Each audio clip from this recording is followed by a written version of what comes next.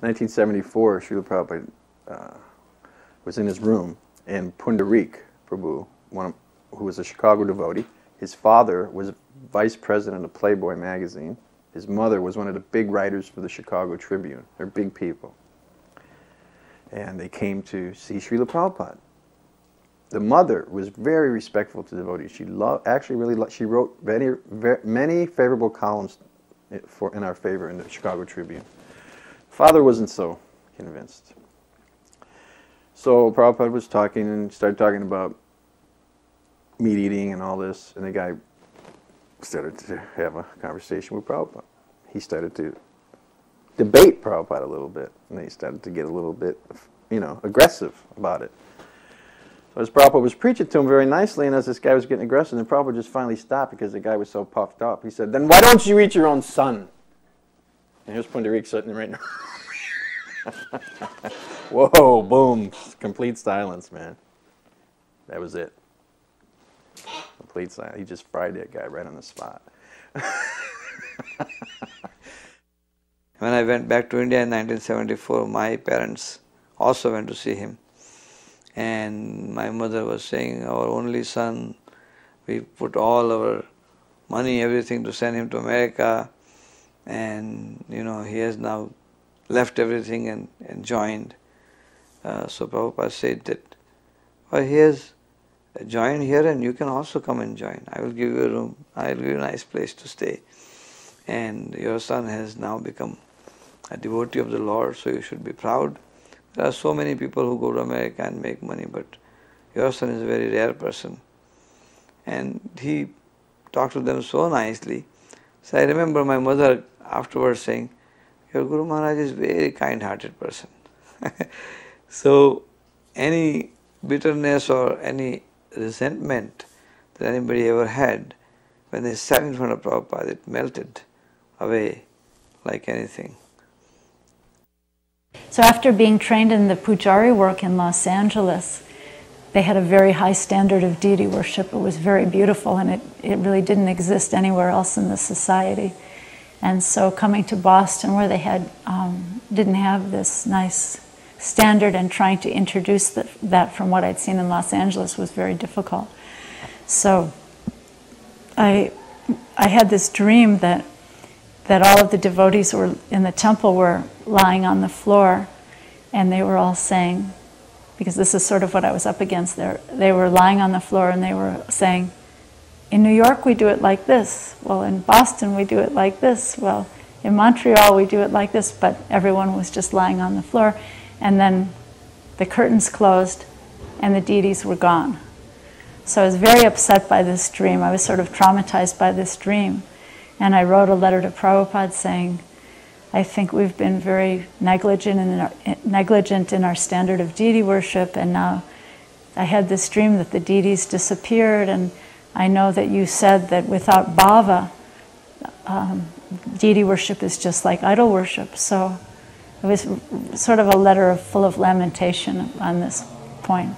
And so how our deity worship must be just so unacceptable. So he wrote a very beautiful letter back saying that it was really a very, very pragmatic letter. He was just listing many, many, many items of cleanliness.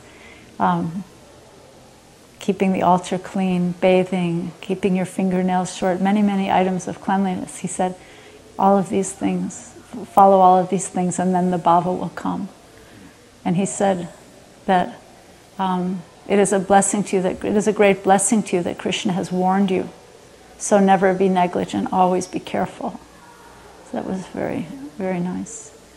That's kind of the background of that letter. At one time same thing, we were circumambulating Krishna Balaram with Srila Prabhupada. We just came around the front doors and we're coming around the side, and Prabhupada stopped. And he looked right in my eyes. He was looking right in my eyes. And he said, simply by circumambulating Krishna and Balaram in this way, no more, and his eyes got really big. And he said, no more traversing up and down in the material universe. And he kept walking. Hare Krishna, Hare Krishna. Jai Prabhupada, thank you, Prabhupada. Another thing I at another time, I asked Prabhupada, how did Lord Ramchandra disappear? So Prabhupada said that the Vaishnavas do not discuss the disappearance pastimes of the Lord. But he entered in Saryu river and along with the whole Ayodhya. Now, finally I read in Ramayana, Valmiki Ramayana, the Lord Ramchandra entered in the river Saryu, and along with him the whole Ayodhya entered, and they went to Vaikuntha together. So they gave me another very important principle, that the pastimes, the disappearance pastimes of the Lord is not very much discussed by the devotees. One thing I always remember about Srila Prabhupada was how much he cared and how much he loved the devotees, you know. I can remember every morning that he would come out of his room and he would come right up to me and he would say, "So how are you this morning?" Like a concerned father. And he meant it, you know.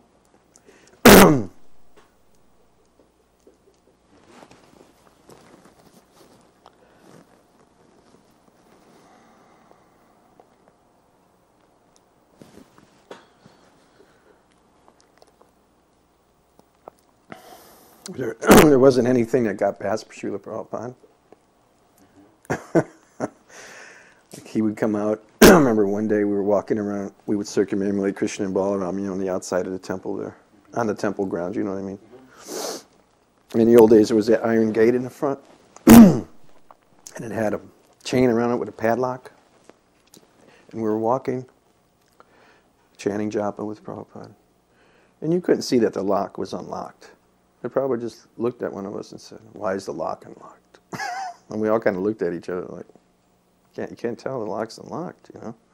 So one devotee ran up, and sure enough, it wasn't shut. But you could not tell from the naked eye. There was really nothing that got by him. Or he'd come out another morning and say, "Why did Chowkidar not ring the bell at 2 o'clock in the morning?" Right? He knew. Next day, "Why did Chowkidar not ring the bell at 3 o'clock?" There was nothing that got by Srila Prabhupada.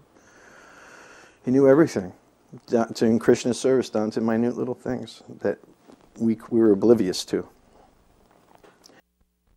Another time I asked about Rupa Goswami, and I said that Rupa Goswami was born in a Saraswata Brahmin family, very exalted Gauda Saraswat family. And he was such a great scholar in Sanskrit, and he had a very powerful Vedic background. Why does he feel so low that he also did not enter the temple of Jagannath, Rup Sanatan? That's what I asked him. Why would they not enter the temple of Jagannath? Well, they were actually just because they associated with Muslims. So Prabhupada said, well, associating with Muslim means adopting their habits, like meat-eating and other things like that. So maybe they also had associated with them in that way. So they felt like that. Very pragmatic person, maybe. But he said, but everything they did was under the dictation of Krishna. They are eternally liberated souls, Nitya Siddha. So it doesn't matter what they did. There was a man who was he was a bearded yogi, and he was staying at the New York Temple at that time, and he was staying at the temple for some time, and he was teaching Pradyumna Sanskrit, and he would go on Harinam Sankirtan with us on the street, and he would stand in the front, and no one really thought much of it. But in retrospect, he was really sort of posing as though he were the guru, and he was teaching Pradyumna Sanskrit. And so when Prabhupada came, he should really tell this story, because he was. Have you interviewed him already? He didn't tell the story. Well, anyway, there was a big scene in Prabhupada's room. This yogi brought some woman in with him into Prabhupada's room, and they began screaming and yelling at Prabhupada, and it was a terrible, embarrassing scene. He was very offensive. And then I remember Prabhupada speaking from the Vyasasana about this yogi and looking at Pradyumna, and he was saying, is not a snake with a jewel in his hood even more dangerous? It was very, is just his compassion and his grace and his aristocratic demeanor, and just sitting on the Vyasasana and saying, is not a snake with a jewel in his hood even more dangerous? Very amazing story.